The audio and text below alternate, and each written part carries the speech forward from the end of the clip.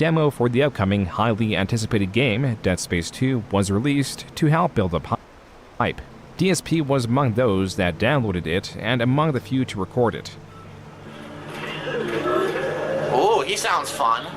Then, he was the sole creator that made the most controversial video that was not even related to the already controversial gameplay.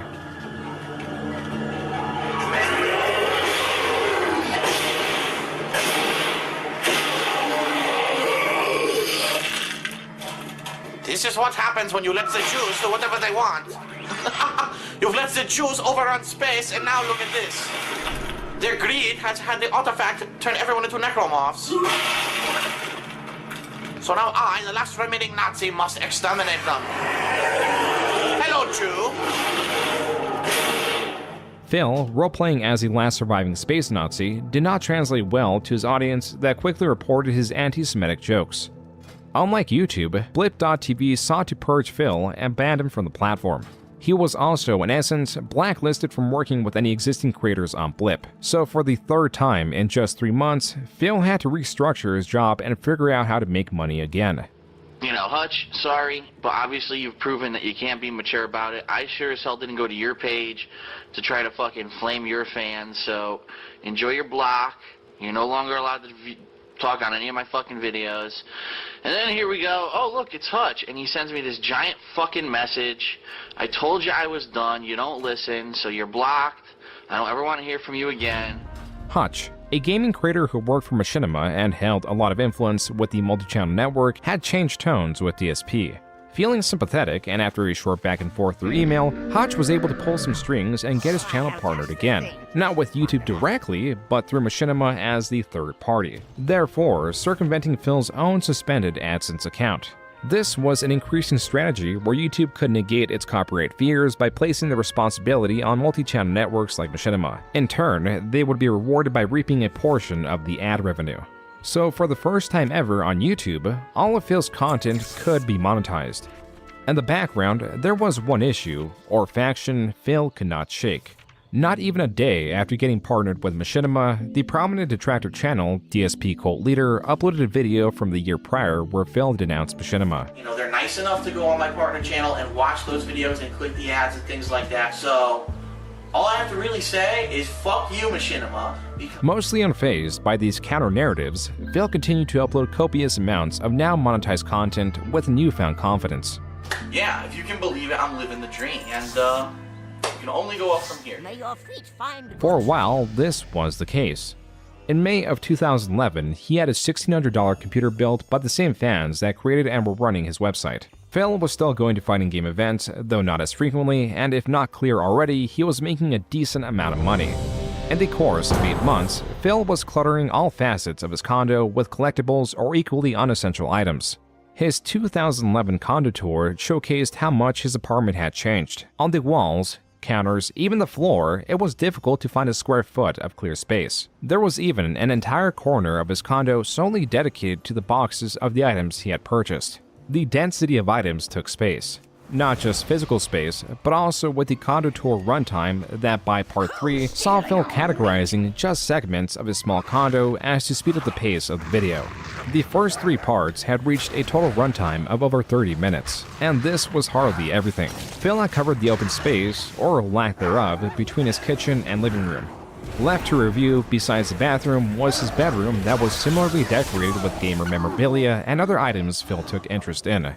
This artwork is actually painted completely with her breasts, and it's custom artwork that she makes, and she does all kinds of different paintings and such.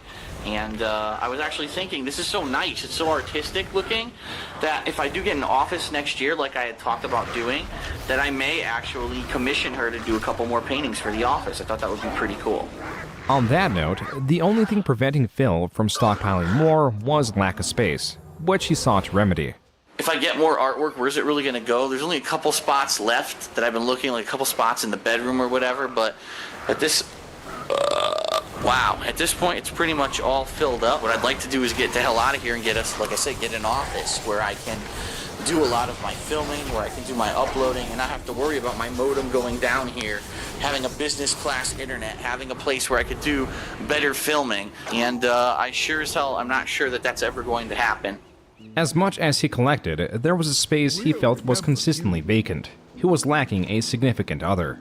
Quote, now for my favorite part of the story. My sweet waffle Philip. I met him in November 2011 online, YouTube actually, while he was and currently is making video game playthroughs. We're still going strong despite some hurdles. The biggest one is other people. We are a May-December romance. He is 11 years older, but it makes our bonds even stronger. He is so supportive of my crafty ways, even if he doesn't understand half of it. We're even planning and taking steps to opening our own online bath beauty business. But moving in together comes first, because he lives in Connecticut. Told you we have hurdles, but that's all for now. I'm sure everyone will get to know me well soon enough. I can't wait to learn and share and confide in what seems like such great people. Smiley face. Unquote.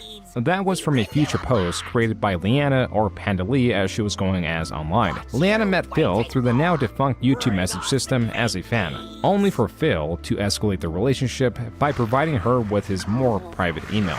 By February of 2012, they had become a couple, and Phil saw it fit to introduce her to his audience on Valentine's Day. Hello everyone, Darkside Phil here, and with me today is my beautiful girlfriend, Leanna, who also is known as Panda Lee on YouTube. Quote, special note, Panda Lee is not Asian. That is all, unquote. This was an annotation found on the video, a request likely by Panda Lee to avoid confusion of her race. It is likely her because she also made sure to clear this up in an interview held through a Twisted Metal lobby. Some guy on the reveal video commented that I looked like an old Asian woman, so... Yeah, they're all immature. Don't pay attention to DSP fans. They're fucking idiots. A lot of them are fucking idiots. If they ever need a really awkward Asian-looking non-Asian chick... Yeah, I guess so. So what are your favorite games? I just want to know how many Asians have green eyes. That's what I want to know. I've never met an Asian with green eyes. Neither have I. So, Yeah, I have green eyes. Very rare, so... What games Figured that would give away that I'm not Asian. While Panda Lee was trying to convince Phil's audience that she is not Asian, Phil's audience was more curious about the 11-year age gap, with Phil being 29 years old and Panda Lee being 18. Rumors spread that they began dating when she was underage, but these are unsubstantiated and no evidence of such has ever been brought forward. That cannot be said about the rest of the criticisms surrounding Panda Lee, which there are many of. Okay, so a word to the wise, do not fucking get an apartment, like, ever. Just don't. I don't care what neighborhood you live in, it can be as white as anything. Don't fucking get an apartment, because you know why? You know why it's a white neighborhood? Because the white people live in the houses around it. The police is here. Yep, I called the police. You know why? Because 3 buildings away, I had all these windows and doors closed, but I could hear this Latin CD perfectly that if I knew Spanish enough, I could probably translate it for you. Panda Lee would sometimes do playthroughs with DSP and John Rambo. Still, DSP's best friend had a large catalog of playthroughs with Phil and was a favorite of the channel. Panda Lee, being a newcomer and with her being argumentative with Rambo, meant she was making a bad impression. I'm just being difficult.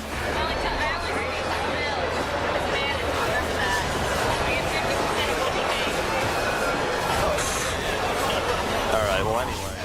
Panda Lee was a fair match for Phil because she had similar reasoning and an argumentative personality that Phil often portrayed in his videos. As for his videos, DSP peaked in late 2011. Now, 2012, the trend was downward, and instead of getting a capture card to improve the quality of his videos, he sought experimentation elsewhere.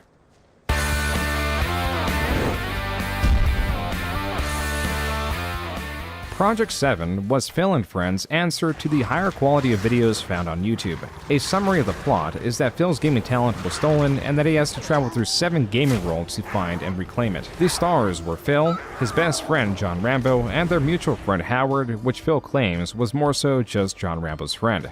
In charge of the editing, which was the heavy lifting, was more friends of John Rambo known by their channel Respect the Pact. They offered their assistance with the project for the sole purpose of a shoutout, which they hope will launch their YouTube career.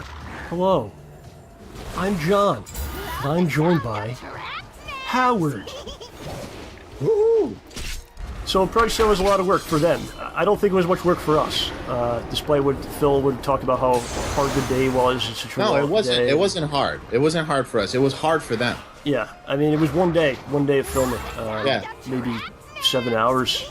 Respect the Pact put in a tremendous amount of work to edit the project that only made it to episode 4 because one of the members had a child on the way and the shoutouts that they got from the project did virtually nothing for their own personal channel.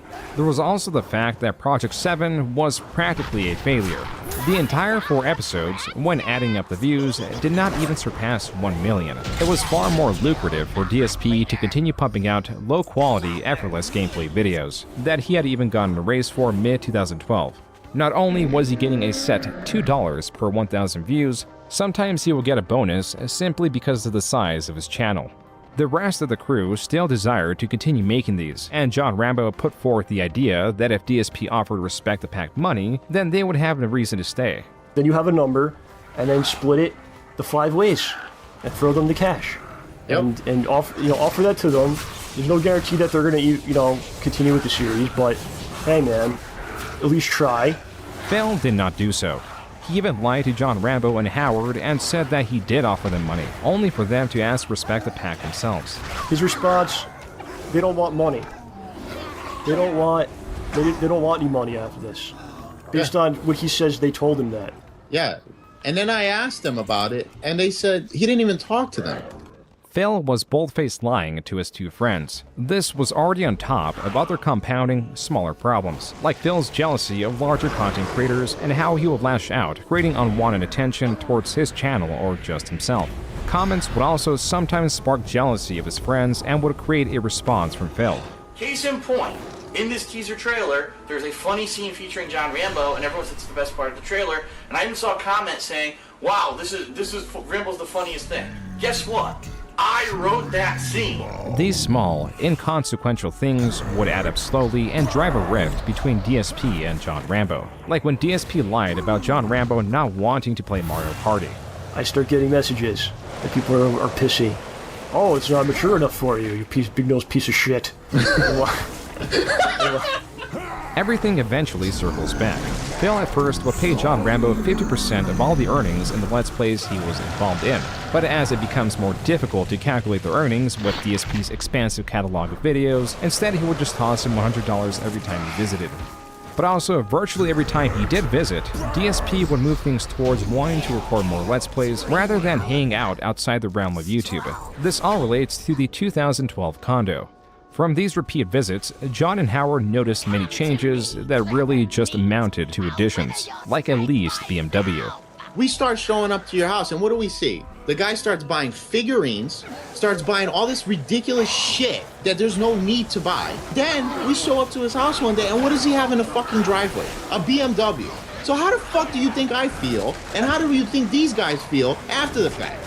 DSP was spending ever more frivolously. In contrast to his 2011 40-minute condo tour, this new condo tour took a total of 1 hour, 8 minutes, and 27 seconds. On the surfaces of his apartments, sans some of the walls and ceilings, it became a challenge to now find a square inch of clear space. There was even an update on the corner, now wall full of boxes and trash. It's now quickly become a graveyard of shit that I have nowhere to put, I have no use for, I can't store, I don't know what to do with it, alright? DSP had run out of storage for his baubles and memorabilia. I don't know, it's too much! Too much! And the problem is I have nowhere to put this shit. If I had somewhere to put it or sort it, I'd probably be able to see it, but it's all just a jumbled mess on top of my dresser. I need more room. His closet, even with items optimally stored, was overfilled. What I want to look at is just to show you what a mess the inside of my fucking closet is. I'm not going to go all the way because my luggage is actually spilling out, but look at all the boxes I've got from the models. Phil did not value or understand money, except when it came to others. Phil, when talking about Project 7, classifies it as a financial loss for the t-shirts he helped finance and, more importantly, the props that he bought. This prop that Howard is holding is a Lancer from the game Gears of War and cost $300. It had less than 30 seconds of screen time and was even less relevant to the plot, yet was the majority of shared expenses. He would use this and other items to try to convince viewers and friends that Project 7 was not profitable. disregarding his egregious spending habits. Yeah, it's more about respect and being fair. It's about respect, man. You have no respect for your friends, for your family. You don't give a shit about anybody but yourself. There were plenty of examples of DSP's poor spending habits. Few trump his 3 custom-made quilts. These quilts, individually and also factoring inflation, cost Phil a minimum of $1,000. How much was Phil earning? The good news is this, okay? I'm an intelligent person. I'm a finance major. I went to school for finance. I knew day one when I started making money off of YouTube that I was going to bank it. I was not going to go out there and invest in things that I couldn't get money out of. I'm still here in the condo. I didn't go out and buy a super over expensive house, and I didn't go out and buy a sports car. Yes, I am driving a BMW, but it's actually a lot more economical than people really think. On DSP Gaming alone, for the year of 2012, he got 85.19 million views. Dividing that by 1,000 is 85,190. Multiplying that by $2, not $2.25, which it could sometimes be, but $2 as a base CPM for Machinima, excluding the possibility of bonuses, would mean that he made a gross of $170,380 for 2012. The problem now that he was presenting his audience, starting 2013, is that Machinima was renegotiating many of their contracts. What this meant for Phil is he went from sometimes earning $2.25 per 1,000 views to a base $2. In the year of 2012, my views really have dwindled. And what I mean is, I believe in the year of 2011, I probably got somewhere over like 10 to 11 million views on DSP Gaming, and then in 2012 I only barely reached like 8.5 million or something like that. I don't think the final number is in yet. DSP lied and understates his views by nearly tenfold. Not only is this proven incorrect by archives such as Social Blade, this is proven incorrect directly on his own YouTube channel, where there are screenshots from the start of 2012 to the beginning of 2013 that shows he got nearly 90 million views. It was also here that Phil was toting his financial responsibility. You don't see me here with super expensive clothes on or anything, and you don't see me wearing jewelry and shit. You know, I'm smart. I banked my money. So, regardless of what happens in this next year, I'm still okay. So I just want everyone to understand that. Phil was ever confident that, even though he was now riding a downward trend, he could survive. His tune would change in the coming months as he would have to navigate troubles that were exclusive to him and the culture he was inadvertently creating. What could be the 2 reasons? There are 2 underlying reasons why he would have made this video. Come on! That's why I didn't want to fucking restart the game. Number 1, he's just insanely jealous of me. It's not my fault. I love it. The other is that the guy is one of these gamers, like I mentioned, who play the games to feel accomplishment. What the fuck?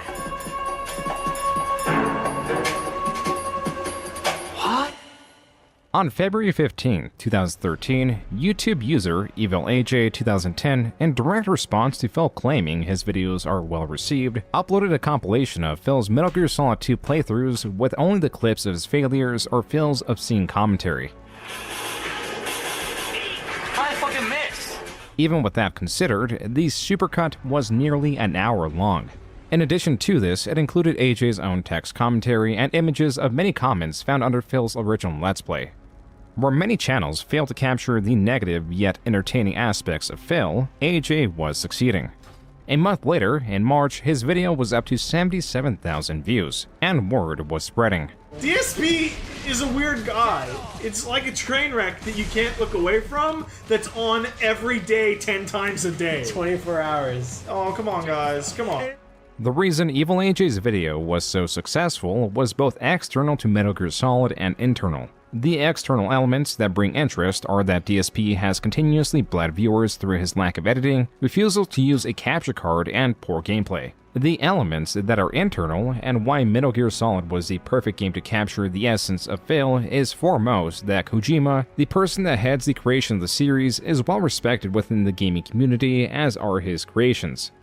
The Metal Gear Solid series chiefly requires critical thinking, as it is required to appropriately employ every item in your arsenal, as well as to react quickly in tense situations. It also requires patience to be able to learn enemy patrol patterns or learn from one's mistakes. Phil lacked severely in both of these fields and approached Metal Gear Solid 2 as an action game, brute forcing his way through situations that required nuanced approaches, all while criticizing Kojima. Kojima wants to make movies. Kojima does not want to make video games. He will really, you could tell, he wanted to make a bunch of long movies or miniseries of this stuff. Evil AJ, in April and July, will go on to release This Is How You Don't Play Metal Gear Solid 3 and Metal Gear Solid 1 respectively. This manifestation of dislike of Phil could not have come at a worse time for him. Not only were his views plummeting, unrelated to AJ, he was also desperate to staunch the loss of viewership to the point he finally caved in and began using a capture card. He also began live streaming, though he was still not editing his playthroughs and pushing out more videos than the average person cared to watch. Phil was still steeply behind on the curve, losing viewership to rising Let's Players.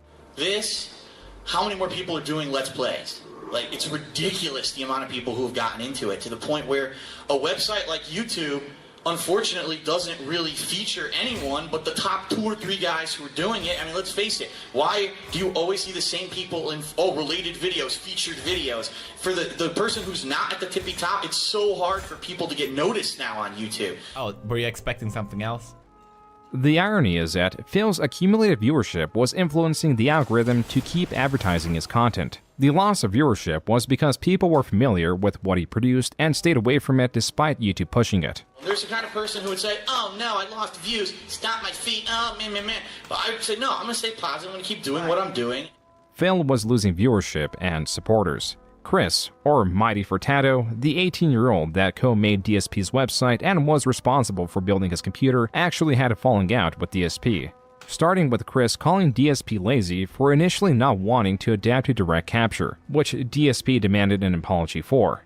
At that point, Chris had had enough and stopped supporting DSP, leaving DSP to purchase the domain back. Whenever I tried to help, he kind of just shot on me for it. So at that point, I was like, why am I going to support somebody who I've been trying to help for so many years? You know, I co-created him a website, co-created his forums, co-built his gaming PC. I've helped him so much. And when I try to help him try to adapt to direct capture, he's not kind of really taking the suggestions from myself as well as everybody else in the chat during that time. It doesn't end there. With Chris now persona non grata, DSP made extreme claims without evidence about the price of the PC Chris had built. Chris, not pleased with this, made a video in response. He had made a video basically stating that he had sent us apparently $3,000, and that wasn't the case. The actual amount a DSP paid for the PC, as shown through Chris's receipt, and a few $100s extra that was sent, was off by a maliciously large margin. So I had actually made my own video defending myself, and I had shown the PayPal receipts of DSP sending the $1,600. DSP to this day cannot provide evidence or reason why he claimed the PC cost $1,400 more than it actually did. To make matters even worse, it turns out Chris paid for the shipping out of pocket. We actually paid an additional $150 from out of pocket from my side just to ship the computer. That may have been the last of his direct interactions with Phil, but not with others that opposed him. A portion of Chris's second video is in defense of Evil AJ, even showing that he was in communication with him. And then there were videos coming out supporting Chris. Very recently there's been a lot of videos that have been coming out on YouTube about Darkside Phil, exposing him or whatever. The one that really got me was the one that was made by Chris, of Chris and Teo, who designed Darkside Phil's website for free and built him a computer. There was a rising community of support, one that was built on the common dislike of Phil. The threads were being intertwined in such a way that new channels making This Is How You Don't Plays would sometimes pay homage to Evil AJ. Like, there are people doing walkthroughs of this game and they just easily jump up here, and I can't do it at all. Look, I can't fucking jump up here.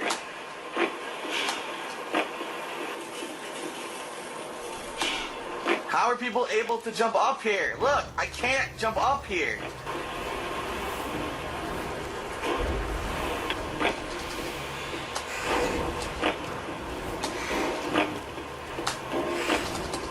Jump! You won't even jump. Look, jump! You fucking idiot!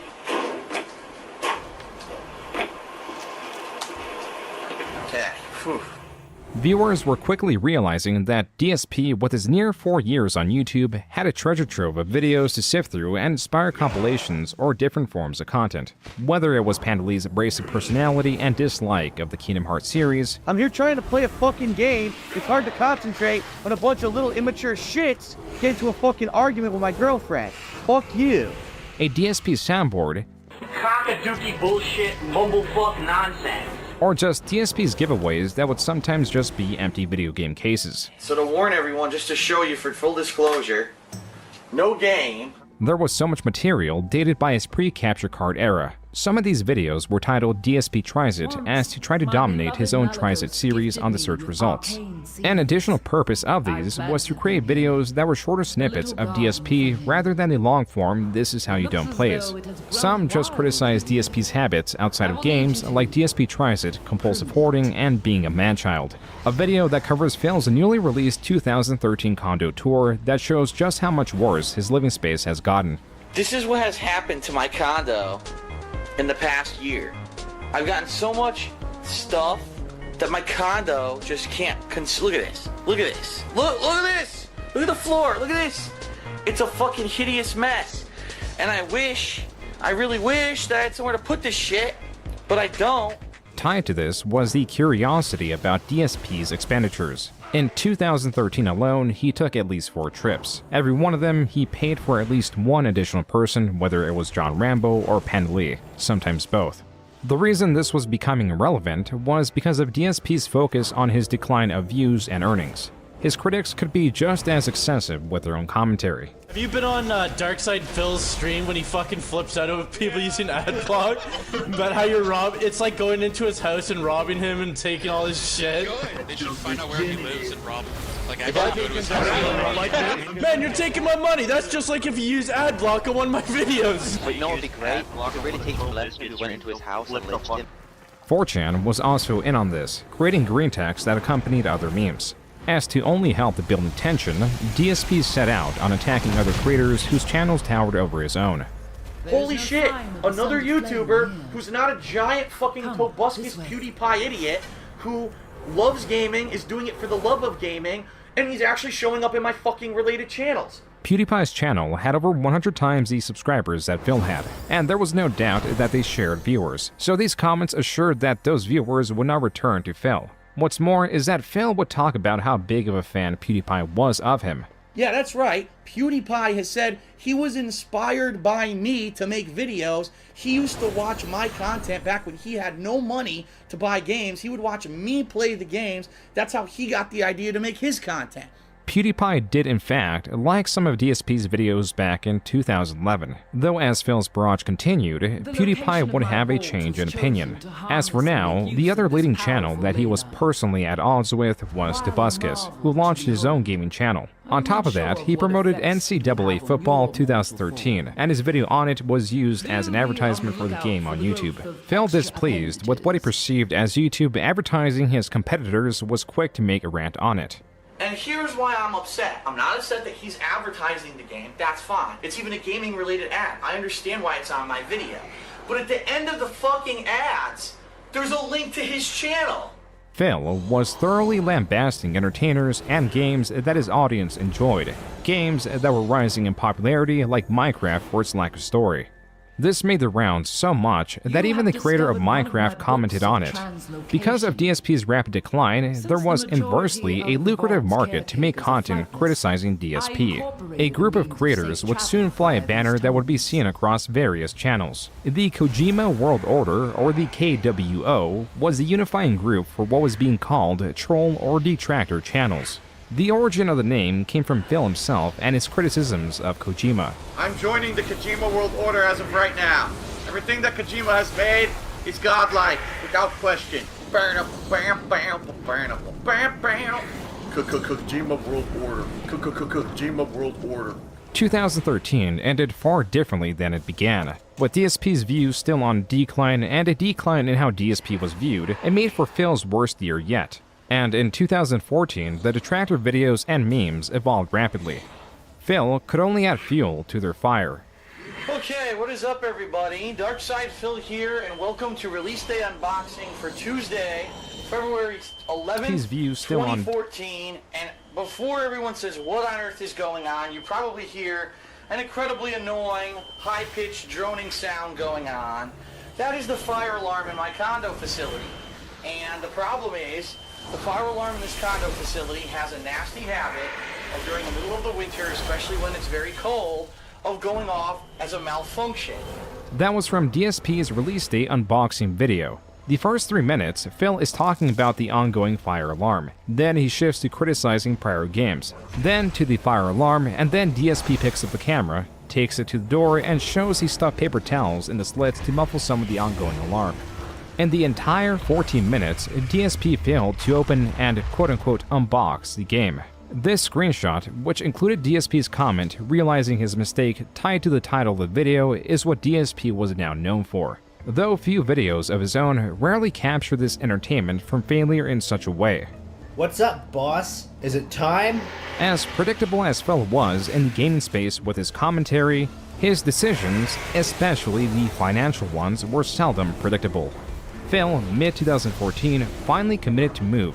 Some discernible reasons for a move were mainly tied to having a larger living space allowing for more storage, and would give Phil and Panda Lee their own space as they were seeking to move in together. Common strategies would suggest Phil would either sell or rent his condo and then move in somewhere close by. This would allow easy access to the condo for maintenance. The social elements are as important, like his friends and family that were all living in Bridgeport. With this in mind, what does Phil do?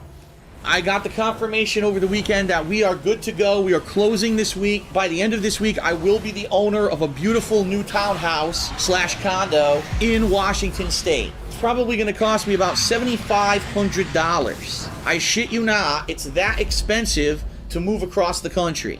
Phil had decided to move from Connecticut to quite literally across the country to Washington to purchase a condo for $265,000.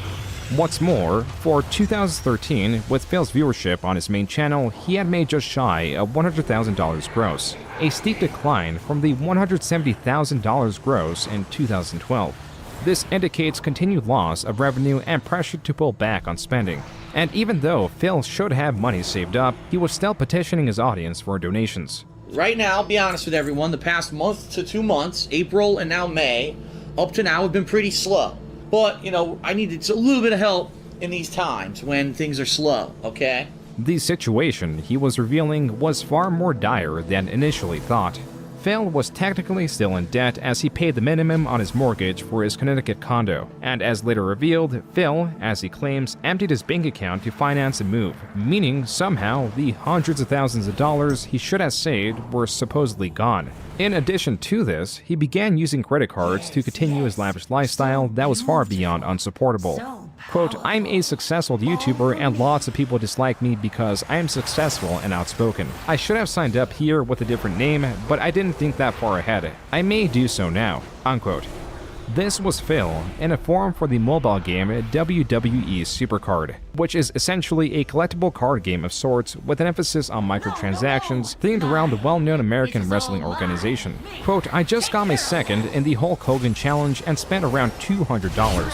For $1,200, I think, you can buy a pack of 1,500 title matches, which is enough to win the event doing straight +5s." Unquote. The jargon around the game was hardly interesting to any detractor. What was Phil's knowledge of the cost of items and his spendings of potentially thousands of real-life dollars in a time he supposedly did not have any money to spend. Yet, he was financing Panda Lee's new soap-making business. Phil also renewed the lease on a BMW that he would drive at most 2,000 miles a year.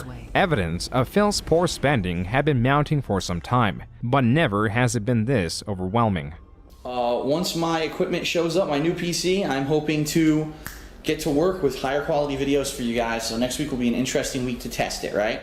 1, 2, 3, or 4 if you include the capture card Phil is using. That's how many capture cards Phil has. He purchased 3 new ones to test them out. The comments discuss the absurdity of Phil's purchases. Quote, "Lol. So he ordered 1 capture card, changed his mind, and bought another. Then changed his mind again and bought another, all before the first could even be delivered? You got more money than sense, or your credit card debt is rising. Wouldn't it be worth doing some research before buying them? Dude, you could just figure this stuff out with a Google search. Lol." Unquote. What the comments miss is that Phil also bought a new, pre-built PC from CyberPower within the week of the capture card video, and did the unboxing live, taking his chance to mock the PC Mighty Frittata built for him by stating, This is how you do ship a PC. We already got a broken piece of plastic. Already a broken piece of plastic. That might be why the top is moving. It's the post that goes through that holds this in place broke off in shipping. The price of the PC was $3,000. Here it is in action. What the hell? The game's choppy as fuck on my new PC. Great. So he didn't know that there was an option to switch from encoding with your CPU and encoding with your GPU. Like, he just didn't know how to use his PC. It freaking maxed it out. It went to 100%, so I cannot play a PC game on 1080p 60 frames per second and capture and stream at the same time. It doesn't work. The irony of all this is that Phil later cited Seattle's tech sector as one of the reasons for the move, despite not having any formal education or even general competence in the field. As for the exorbitant spending on equipment, DSP could cite that he was trying to improve the quality of his streams and also deduct the purchases for taxes, but he was ignoring the fact that gaming content was being improved by editing the unnecessary parts out. Phil was still refusing to do this. His cited reason, he was a gamer. Quote, I'm a gamer, not a video editor, entertainer, actor. I like to play games, not edit videos of them. Unquote. His choice of trying to improve the visual quality and not the experience of his streams was turning around to bite him at every angle. In November of 2014, a Twitch mod jumped into Phil's streams requesting he lower his bitrate. This is basically asking him to lower the quality. While Phil complied, he was unhappy with the outcome, especially with all the money he invested in improving the visual quality. In an act of defiance, Phil deleted his Twitch account, opting to stream on YouTube where he would not be burdened with Twitch's limitations. This move, that was meant to increase viewership via higher quality streams, actually had Phil lose viewership, as few Twitch native users were loyal enough to migrate. Phil was now going from blunder to blunder, miscalculating, misunderstanding, failing only in ways he could. For example, he allegedly launched a fan art campaign. The participants on Twitter gleefully joined in and shared their art. Only they weren't fans. This contrast, this continued failure was too much to even be documented. There was a nuance to DSP's thought process that was demanding exploration and criticism, especially when, in December of 2014, Phil was playing with the idea of starting a Patreon. But also in December, he was making more vlogs showing his continued poor spending habits that were discourteous even to his parents that Phil set up in a hotel instead of having them stay in the condo. My parents are visiting for the Christmas week holiday, and they actually took the car. That's right, I let them take the BMW. So yeah, that's a lot of trust, but I trust my parents. They actually are staying at a hotel that's less than 10 minutes away. We got them up, we set them up at room and board. It's a nice hotel that has a big suite. It's Actively watching DSP, who was streaming around 6 times a week for several hours at a time, was no small feat. What started as laughing at Phil's terrible gameplay had turned into a higher investment into his continuing dramas. This Tumblr tries to capture the drama in 2014. From this magazine that states Phil whines about losing a lot, to Phil's spending and conflict with creators like PewDiePie, who was now in on making fun of Phil. Phil's e-begging, conflicts, forum drama, a list of over 2,000 words. The most shocking fact was that it was still missing a fair amount of Phil's exploits. To capture it all and understand it all for entertainment was a process that loses its entertainment value. The majority of people are only interested in the wildest clips of Phil. Then you have those that watch hour-long This Is How You Don't plays, then those that interact with Phil to try to get a rise from him and seek discussion of him. And then you have an entirely different people, one that tops the spectrum of investment and are not motivated by entertainment, but malice. The following announcement has been paid for by the... That's okay. Hello everyone and welcome to the SOK cast. If you guys want to introduce yourselves, I'd be more than What's happy going to. on, everybody? Fred Fucks again. And Superior Artist, or Superior Snorres. This is Renegade Operative here. Evil AJ 2010 here. That's okay. And Carson, right? Yeah, And we are going to be joined by Loophole572 shortly. That was the Sons of Kojima podcast. This channel rallied the prominent detractors of DSP. Fred Fox was at the helm, a name chosen through an angry video game nerd video. Fred Fox? There are many things that make this channel exceptionally unique. Primarily is that this is a dedicated channel that trumps all others in terms of effort. The members that ebb and flow always had Fred Fox pathing the way, creating multi-hour-long podcasts, and though they put in much effort, they were getting arguably the least amount of traction for their investment. Rarely do detractors get less views than Phil himself, but when it came to the SOK, rarely did any other videos ever outperform Phil. The reason was that they were at the highest tier of investment in terms of Phil. They reached an extremely niche audience in an already superbly niche environment. Where the majority of videos were made to laugh at Phil's failures, the Sons of Kojima was trying to interact with Phil and in many ways make his life worse. On the surface, they would promote what they believed was their moral superiority by leading a charity drive that funded the construction of a well in Africa. But they, mostly through Fred Fox's will, attempted to dictate detractor communities beyond their own. They made the rule that detractors cannot monetize their channels and or make profit through Phil as to remain morally superior. Yet they, in the background, would work with others to strike Phil with illegitimate copyright strikes. Fan art played a central role in this campaign. In 2015, the Sons of Kojima ran free, and it's difficult to say how many trolling campaigns they were launching during this time. A time where Phil's views, for now the third year straight in 2015, were on a steep decline. The trolling community was active like never before, and Phil continued to suffer from the ramifications of his terrible financial decisions. Possibly to offset his continued losses, Phil was committed to launching this Patreon. But there was an issue. There was already a Darkside Phil Patreon. This had many subscription tiers. On the lowest side was $1, or this is how you don't donate tier. On the highest end was the 7 million tier, or the theft tier. In between these were 15 more tiers, littered with inside jokes making fun of Phil. This parody Patreon, as it reserved the name Darkside Phil, was sequestered, and in January, Phil launched his Patreon to mediocre success.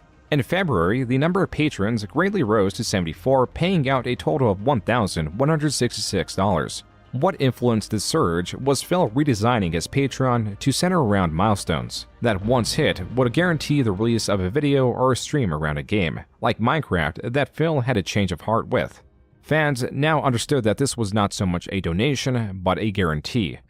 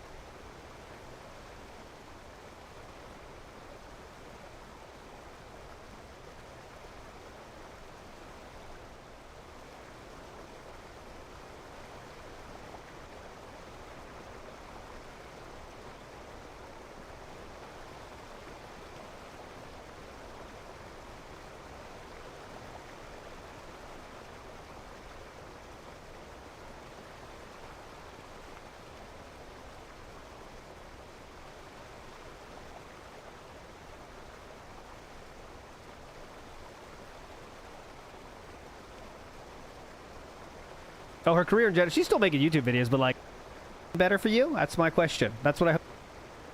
Yeah, that's still on his mind. We're asking for it now. Let's see. I'm gonna remember this. You get a shitty game that comes out. Like, who the fuck asked for this game? Who's gonna pay for it now? The people at the bottom, not the people at the top. No, Correct. fire the people at the top. Yes. The Eve Gamos, the Phil Spencers. All right, whoever's in charge, who made these decisions. He's making a either at clip right Rocksteady now. If or you it didn't was the know, parent just trying to get a company, clip. Right, WB Games or whatever. Whoever's making these decisions, they're the ones who need to be fucking fired. Stop giving these people golden parachutes and making them immune to any kind of accountability for their awful fucking decisions. These people are hard workers and good people who made a shit game because they were told good people. to. Not because they wanted making art. Because the way possible, you just don't want to be on board. But things, meaning eating fast food every. Super Turbo and versions of Super. Because I've already gone over a million. But sometimes I did some bad. Sir, the guy who's.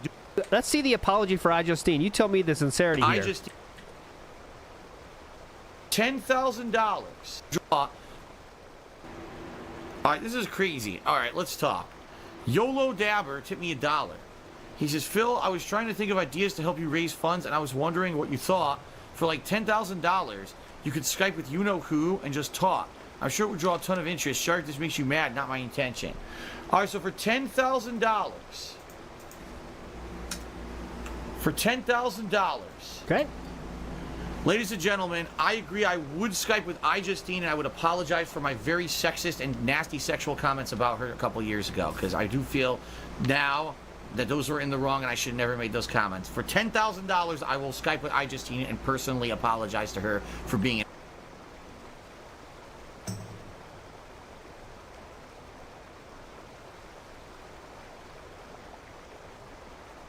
Now that those were in the wrong, and I should have never made those comments. For by Patreon's milestone goals and Phil's own words. But it's not just a way of saying, here, take my money and thank you. It's a way of investing. You spoke in droves and said, we don't just want pure raw gameplay anymore. We want montages. We want better edited content in addition to the raw gameplay, and we'd like special events. You get what you want. This had the added benefit of regaining some favor with his audience. He even began releasing edited montages around months or just his own game series.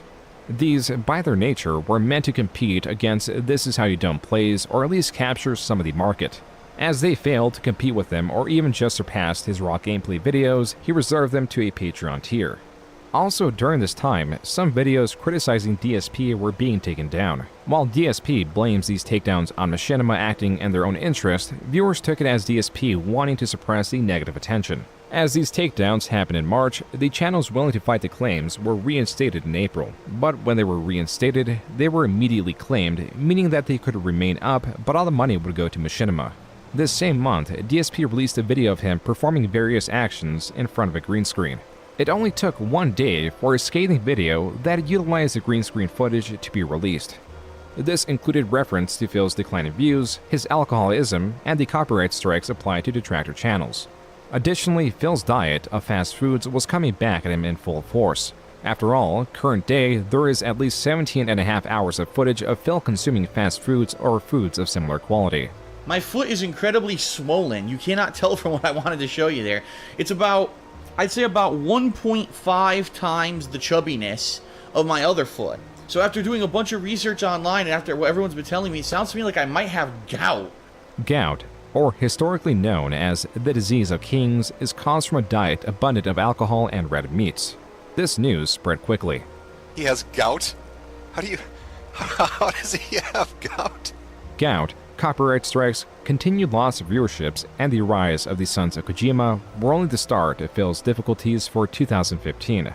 His financial situation had gotten to the point that he was selling his statues that he could not accurately declare the quality of. The back of the box, as you can see, very durable. When it moved, it even got a little nick in it, but it did absolutely no damage to anything inside because it has lots of styrofoam inside. His comb has damage. Gotta call that out. As poor as Phil was with communication, there was one instance that him reaching out very well saved his life. They all have these super...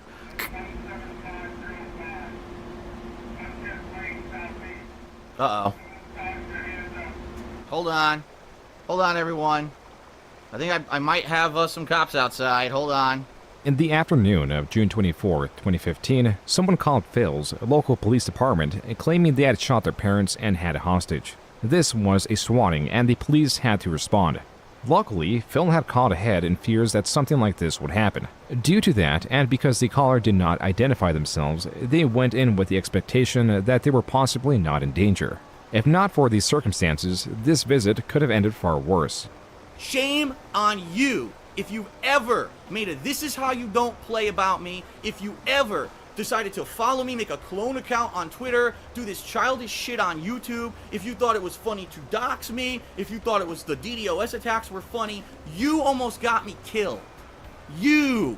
Yes, you. This shifting of blame and unjustly targeting the detractor community as a whole for the deranged acts of one person further soured relations with the detractors, yet gained a bit of sympathy for those that were not in this vortex.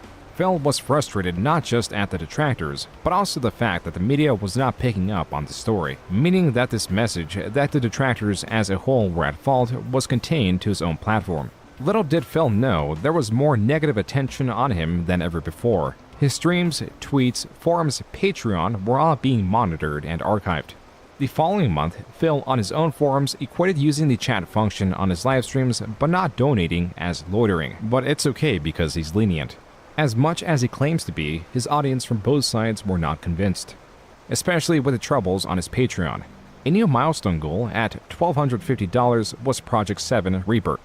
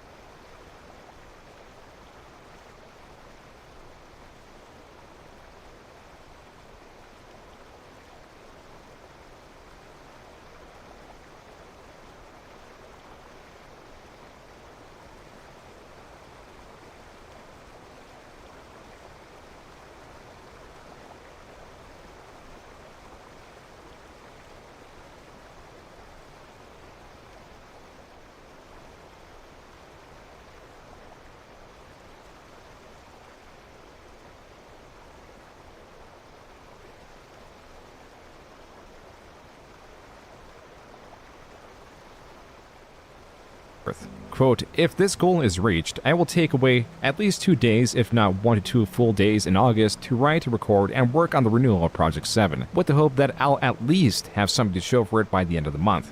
Unquote.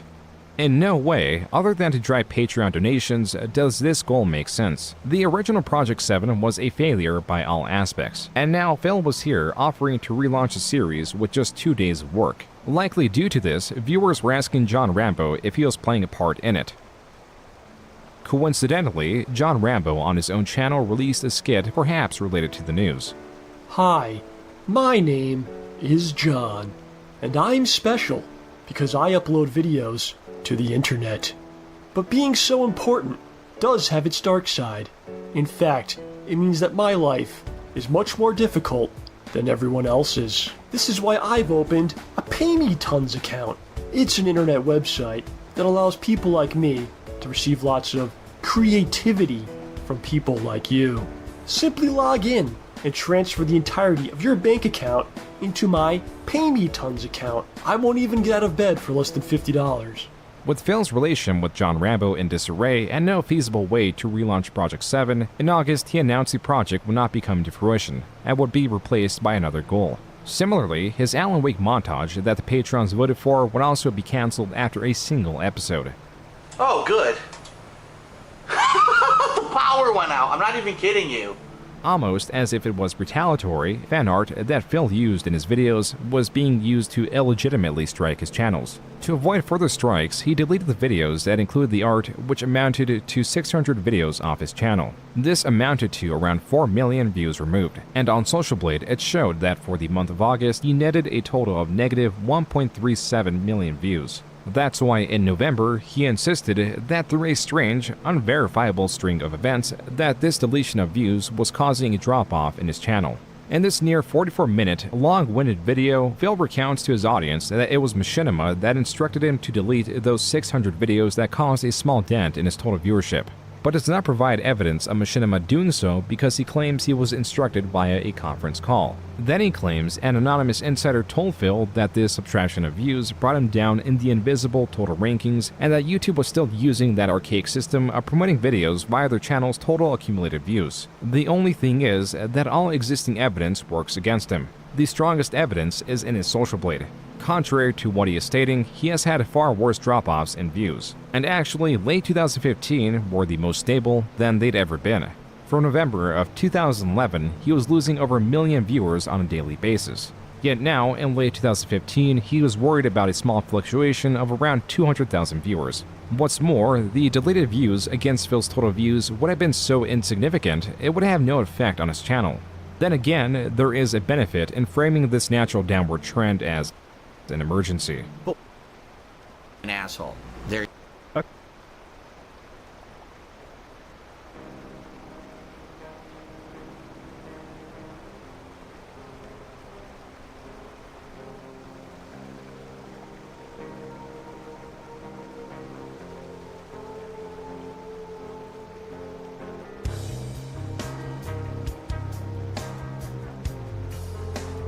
Watched you change into the guy,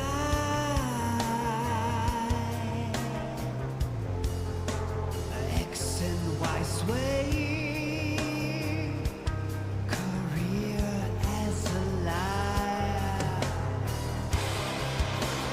I've watched you change. When this shit happens with YouTube and I have no control over it, I need your help. And if you really want to help, Patreon's the way. $1 a month. This hardly helped his Patreon that was already being scrutinized due to his unfulfilling of initial goals, and more than just his patrons were distrusting of Phil. On Thanksgiving 2015, Phil uploaded an Ask the King episode where he answered fan questions.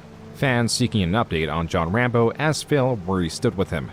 I hope that people don't take this the wrong way, but in life, if you have something that you want to say, or you have an issue with someone, alright, say it. Bring it up. Hash it out. If something happens and you don't bring it up and you let resentment build up, that's when relationships get ruined, right? Fans unsated with Phil's answer, like with the relaunch of Project 7, were reaching out to John Rambo on Thanksgiving to ask how he felt about Phil. 2 days later, on November 28th, they, including Phil, were given their answer.